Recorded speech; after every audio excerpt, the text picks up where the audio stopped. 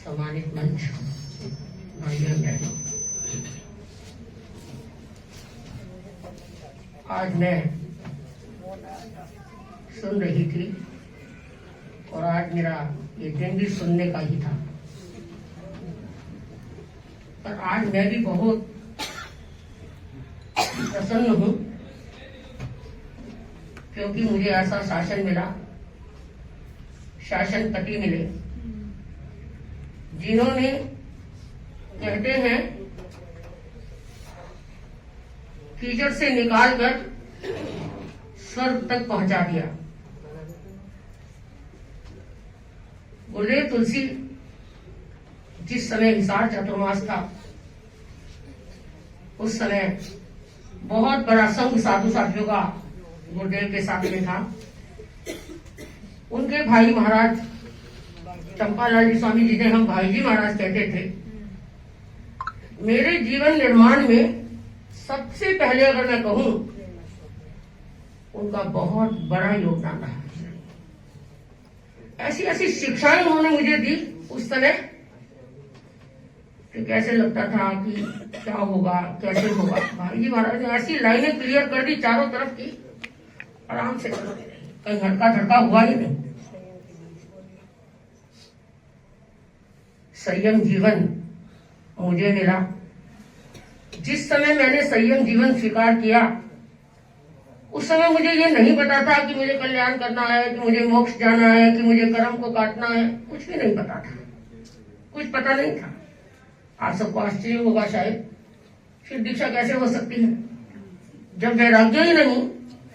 क्योंकि वैराग्य का मतलब है संसार असार है, क्षणभंगुर है, मुझे संसार में नहीं रहना, ऐसा कोई भी बात मेरे दिमाग में थी नहीं।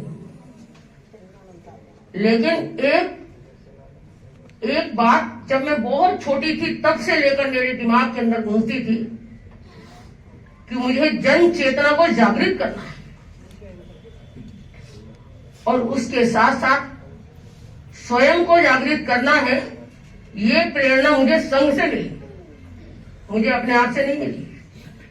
आज मैं इतनी सौभाग्यशाली हूं कि तिन्नानंग तार्यानंग, क्योंकि मेरे मन में तो तार्यानंग का था, पर तार्यानंग वही व्यक्ति कर सकता है जो तिन्नानंग पहले खुद का कल्याण करे, फिर दूसरों का कल्याण करे। ये ज्ञान चेतना मुझे धर्म संघ में मिली। और गुरुदेव तुलसी की जो कृपा, मैं उसका बयान नहीं कर सकती। अनंत अनंत कृपा, और वो अनंत कृपा आज तक भी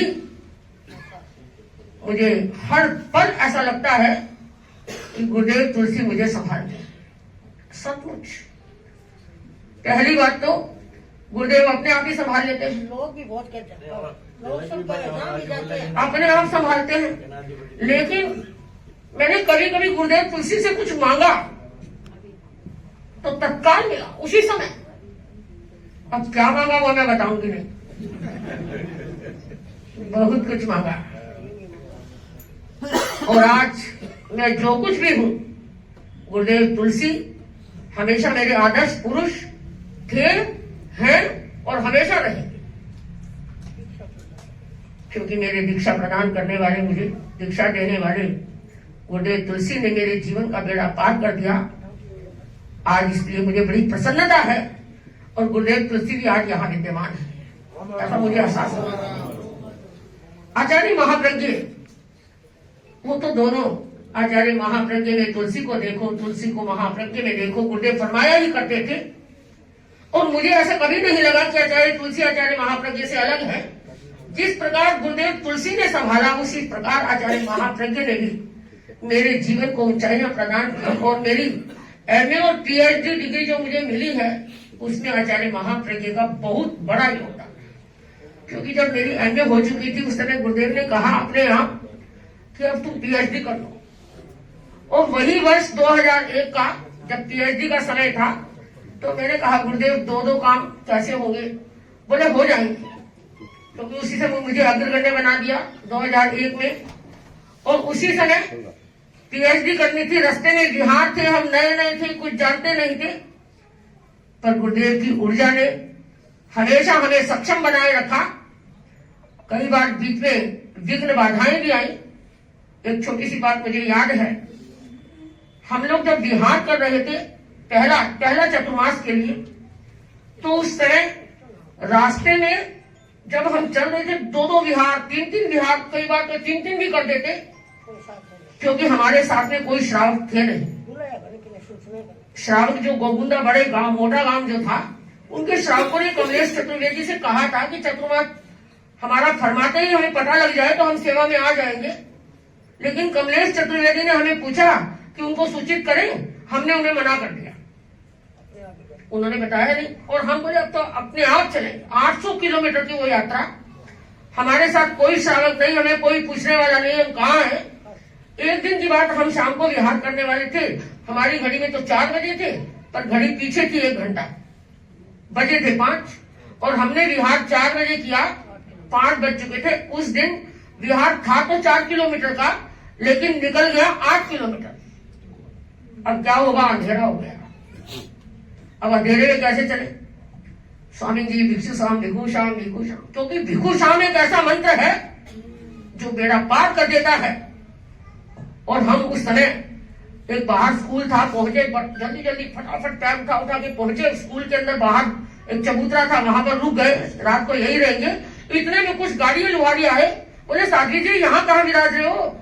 वो हमने अंधेरे में कुछ दिख ही नहीं रहा था, लेकिन जब जैसे वो लोग आए और कहा आप पधारो, इधर मंदिर है और वहां जगह है, आप वहां विराजो।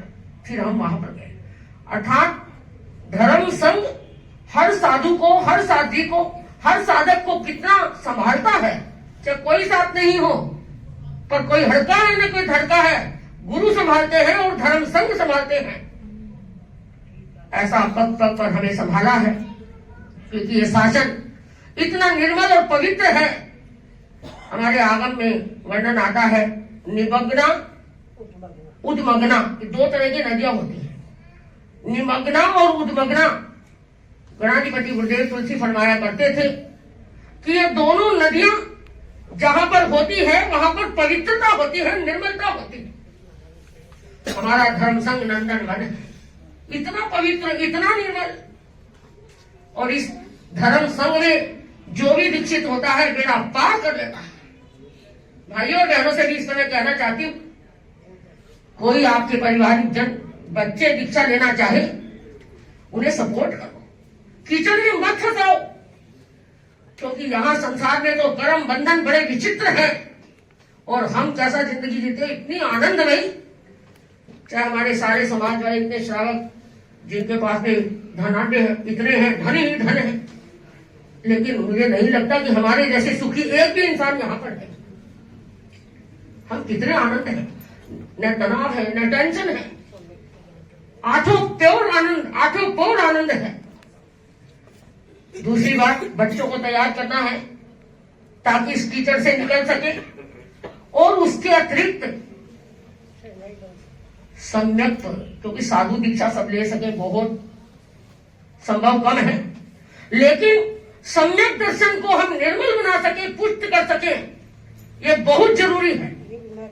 आज के दिन श्रावक समाज के प्रति, पारिवारिक जनों के प्रति मेरा ये कहना है, आप साधु नहीं बन पाए, कोई बात नहीं, लेकिन सम्यक दर्शन, देव गुरु और धर्म के प्रति दृढ़ आस्था, इतनी दृढ़ आस्था कि चाहे कोई कुछ भी कहे, कोई परीक्षा लेने के लिए देवता आ जाए, कोई कितनी भी गलत बात कहे, लेकिन हमारी एक रुआनी भी प्रकंपित नहीं होनी चाहिए।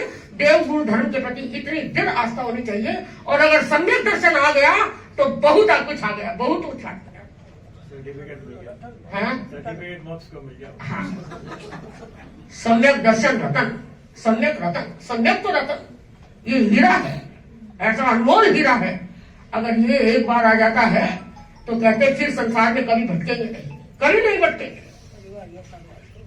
तो आज मैं सभी से कहना तो बहुत कुछ है, पर मैं घड़ी की सुई देख रही हूँ, बातें बहुत हैं। आज तो आप लोगों को मैंने सुना, पर मैं आज अपने आप को इतना भाग्यशाली मानती हूँ कि मुझे ऐसा धर्म संघ मिला, गुरुदेव तुलसी जैसे गुरु मिले, नंदन वन सा शासन मिला। अब कहते हैं नंदन वन के विषय में कहते हैं कोई देवता होते हैं ना, उदास हो जाते हैं, निराश हो जाते हैं, किसी को प्रताड़ित किया जाता है तो वो नंदन वन में आ जाते हैं, वहां पर वो आनंदित हो जाते हैं। कहाँ पर है बताओ? 500 योजन दूर है यहाँ से। नंदन वन अपने धरा से 500 योजन ऊपर है, वहां पर देवता रमण करने के लिए आते हैं और आनंद मनाने के लिए आते हैं। ऐसा शासन हमें प्राप्त है। और आचार्य महाप्रज्ञ महाश्रवण वर्तमान में करुणा के निधान, कितने श्रमशील चेतना, वैराग्य प्रधान जीवन, उनकी करुणा हमेशा निरंतर मिलती रहती है। वह निरंतर करुणा मिलती रहे और मैं अपने प्रति मंगल कामना करती हूँ कि उस करुणा के तले मेरा जीवन हमेशा उपशम साधना से निरंतर आगे बढ़ता रहे। अब मेरा जन्म, वैसे तो मेरा गांव उमरा है, मेरा गांव उमरा है, छोटा सा गांव है, वहां पर मेरा जन्म हुआ। और हमारी संसार पक्षी मां बताया करती थी कि आपका जन्म कमरे में नहीं हुआ, हमारे घर में वहां पर रूमा में एक बहुत बड़ा हॉल था, बोले आपका हॉल में जन्म हुआ। तो सबको लगता था कि हॉल में जन्म हुआ है, कमरे में होता है बच्चे का जन्म, तो आपका हॉल में हुआ। तो मुझे आज पता चलता है, क्योंकि हॉल में तो होगा ही, क्योंकि हॉल ही है हमारे पास, बड़ा है, मेरा परिवार बड़ा है, तो हॉल में जन्म हुआ। हमारे संसार पक्षी पिताजी श्रद्धानिष्ठ श्रावक बालचंद जी जैन, जिन्होंने धर्म संघ की इतनी सेवा की है, नथुराम जी को पता है, और वो साल में कम से कम 4 बार गुरुदेव के दर्शन करने जाते थे। और हरियाणा में जो जो साधु साधिया विराजमान है, कहा किसके लिए क्या करना है, क्या व्यवस्था करना है, तो वो हमेशा गुरुदेव से। तो रायपुर लेके गए। हाँ, रायपुर गया था, रायपुर भी गए। और जिस तरह अपने लाडनू में हरियाणा भवन बना, ये भी उन्होंने ही बनाया। और उस समय जिस समय उद्घाटन था, तो हम औरंगाबाद चतुर्मास था, औरंगाबाद चतुर्मास बोले नहीं मुझे हरियाणा भवन का उद्घाटन है, मुझे जल्दी जाना है महाराज। तो वहां से वो जल्दी यहाँ पर आए और आने के बाद में उद्घाटन नहीं देख पाए और यहाँ आते ही 2 दिनों में वो चले गए। हिसार के भवन की जमीन खरीदी, उसको बनाया। हाँ, तो उनकी इतनी भावना थी, तो उन्होंने, हालांकि मेरी दीक्षा के टाइम उन्होंने बहुत सारी परीक्षाएं ली, और वो परीक्षा ऐसी परीक्षा में आपको सुनाऊं तो रोंगटे खड़े हो जाए कि ऐसी भी परीक्षा हो सकती है क्या। तो क्योंकि गुरुदेव तुलसी का चतुर्मास हिसार में था, तो हम हिसार वाले गुरुदेव के चतुर्मास संपन्न होने के बाद में सब जाते थे तो रात को लेट हो जाती थी, आने में लेट हो जाती, बसें जाती थी, बसें आने में लेट हो जाती। तो मैं और मेरी छोटी बहन नूतन, ये आगे बैठी है, हम दोनों सेवा में गुरुदेव के पास गए हुए थे। और जब हम आए तो 10 बज गए रात, और हमारे माँ पिताजी ऐसे बाहर, घर के बाहर बैठे, ऐसे इंतजार कर रहे बेसब्री से, अभी तक नहीं बच्चे आए, अभी तक बच्चे नहीं आए। वो इंतजार कर रहे और हम गए तो उनका रूप बदल गया। क्या ये आने का टाइम है क्या, तुम अभी क्या आने का टाइम, चले जाओ वहीं से जहां से आए। मैंने, हालांकि हमारे पिताजी एक दोस्त की तरह थे, लेकिन पहली बार मैंने उनका वो रूप देखा। और उस समय मैंने कहा ठीक है हम जाते हैं, तो हम जाने लगे उल्टे, वापस मुड़ गए। तो हमारी माँ ने हाथ पकड़ा, कहाँ जा रही हो, अभी रात को कहाँ जाओ। बोले रात तो रहने दो, सुबह जाने देना। तो रात को हमें बड़ी मुश्किल से ऊपर ले गए, घर में, हमारा घर 1st फ्लोर पे है, तो ऊपर ले गए। अब मैं अपने कमरे में जो नीचे सोती थी, जरा की भावना थी तो नीचे ही सोती थी, सर्दी का वक्त था तो नीचे, रात को नींद आने का सवाल ही नहीं। तो मैं सुबह 3:30 बजे उठी, लगभग 3:30 बजे उठी होंगी, उपयोग से 5-7 मिनट आगे पीछे हो सकता है। और मैं अपने रूम में गई, मेरा एक अलग रूम था, उसके अंदर मैंने एक छोटी सी अटैची निकाली, मेरी जो अटैची थी उसमें मैंने एक जोड़ी कपड़े डाले, 3-4 मेरी किताबें डाली, मेरी माला, पुस्तक, आसन, मोमबत्ती वगैरह वो डाली। और मैं धीरे से सोचा मैं जल्दी से जरा सा दरवाजा खोल के मैं चले जाऊं। अब मैंने जैसे ही 4 बजे थी, 3:30 बजे 3:35 पर मैं उठी और 20-25 मिनट मुझे डालने डुलने में लग गया। और जैसे ही मैं बाहर निकलने लगी तो हमारी माँ कहाँ जा रही है, ऐसे पकड़ा हाथ में। मुझे ऐसा लग रहा था कि सारी रात कोई सोया ही नहीं, मुझे ऐसा लगा। अब उन्होंने बोले, हमारे पिताजी आए दौड़ करके, कोई जरूरत नहीं है रोकने की, जाने तो जहां जा रही है, इसको जाने दो जहां पर जा रही है। तो उस समय मैं निकल गई। मैंने कहा जब तक आप मुझे घर पे नहीं बुलाओगे, मुझे जीवन भर आपके घर में आने का त्याग है। मैंने त्याग कर दिया। भावुक थी, बच्ची थी, थोड़ा सा भावुकता आ गई छोटी सी। मैंने कहा क्या अभिमान कर रहे हो, घर में नहीं रहना, घर में नहीं रहना, मेरे मन में ऐसी भावना। हालांकि ये परीक्षा चल रही थी, मेरी परीक्षा चल रही थी। तो मैं गई तो हमारे साथ सापेक्ष माँ भी हमारे साथ गई। 1-1.5 किलोमीटर दूर था वहां से हमारे घर से सादिया विराजमान थी, और वहां मेरे को छोड़ के आई माँ, हमारी माँ। रिक्शा में चले गए हम लोग, और वहां जाके सब्जियों से कहा, देखो महाराज इसको समझाओ, इतना गुस्सा करा है, इतना गुस्से से यहाँ आई है, दीक्षा कैसे लेगी, तू इतना गुस्सा करेगी तो दीक्षा कैसे होगी। तो फिर मेरे को वहां छोड़ दिया, और मैंने एक साथ 5 समाहित का चली, 5 समाहित का त्याग कर दिया, बैठ गई। और फिर लगभग 9:15 बजे हो गए, 9:15 बजे। और उस तरह हमारे पिताजी, और जब मैं बाहर निकली तो मैंने कहा कि मैं आपके घर में नहीं आऊंगी जीवन भर, तो उन्होंने भी कहा मेरे जीवन भर बुलाने का त्याग है, मैं भी नहीं बुलाऊंगा। उन्होंने भी त्याग कर दिया। लेकिन 9:15 बजे वो आए, इतने कोमल थे, इतने सेंसिटिव थे, मतलब जैसे एक औरत की आंखों में आंसू आ जाते हैं ना, उनकी आंखों में 1 मिनट में आंसू आ जाते हैं। जब वो आए इतने रोने लगे, इतने रोने, बेटी चल मेरी गलती हो गई, क्या देख, तेरे लिए चूड़ियां बनवाई है संस्था में जाने के लिए, तेरे लिए चैन बनवाई है, उस समय संस्था में चैन पहनते थे, चूड़ियां पहनते थे, देख तेरे लिए साड़ियां भी आ गई है ना, अब तू पक्की है, मैं जान गया तू पक्की है। फिर उसके बाद मैं घर आई, और ऐसे बहुत सारी 2-3-4 परीक्षाएं और भी तरह की हुई। तो ऐसे, क्योंकि हमारे पिताजी मुझे हमेशा ही बेटा मानते थे, बेटी कभी नहीं माना उन्होंने, और अपने दुकान का काम मुझसे कराते थे, दुकान का काम उनके सराफे का काम था। सोना चांदी, बड़ी बड़ी सिल्लियां बनती थी सोने की चांदी की, बहुत बड़ा काम था।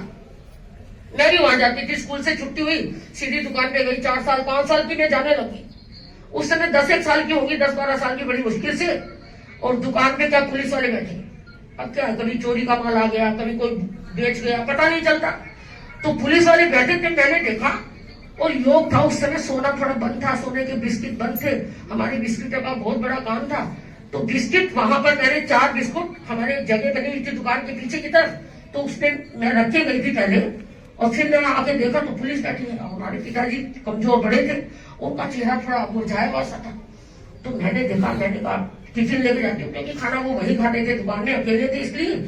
तो वहां पर मैं टिफिन उठाने अंदर गई, और अंदर जाके 4 चोने बिस्किट भी मेरी जेब में डाले, और मैं घर पे आ गई। घर पे आके बिस्किट तो जहाँ रख लेते वहां रखे, हमारा सामान दूसरे के घरों में ज्यादा रहता था, हमारे घर में बहुत कम रखते थे। तो वहां पर मैंने पहले रखा, फिर खाना बनवाया, टिफिन में डलवाया, और जब मैं दुकान पे वापिस आई तब तक भी पुलिस बैठी है। तो पुलिस बैठी है, तो मैंने कहा पहले आप खाना खा लो। हमारे पिताजी ने कहा ना, तू रख के जा और मैं अपना खा लूंगा। मैंने पुलिस वालों से कहा एक बार तू आप सामने वाली दुकान पे बैठ जाओ, एक बार इनको खाना खाने दो, टाइम हो गया, हमारे बाबूजी को खाना खाने दो। तो पुलिस वाले, हाँ बेटा खाना खिलाओ।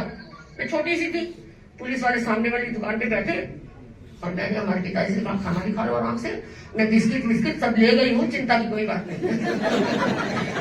तो वो खुश हो गए, बड़े खुश हो गए कि कितनी समझदारी से काम कर लिया, क्योंकि उसका डर था, क्योंकि वो उस समय बैन था, थोड़ा ऐसा लग रहा है मुझे कुछ ऐसा लग रहा है, कुछ बैन था।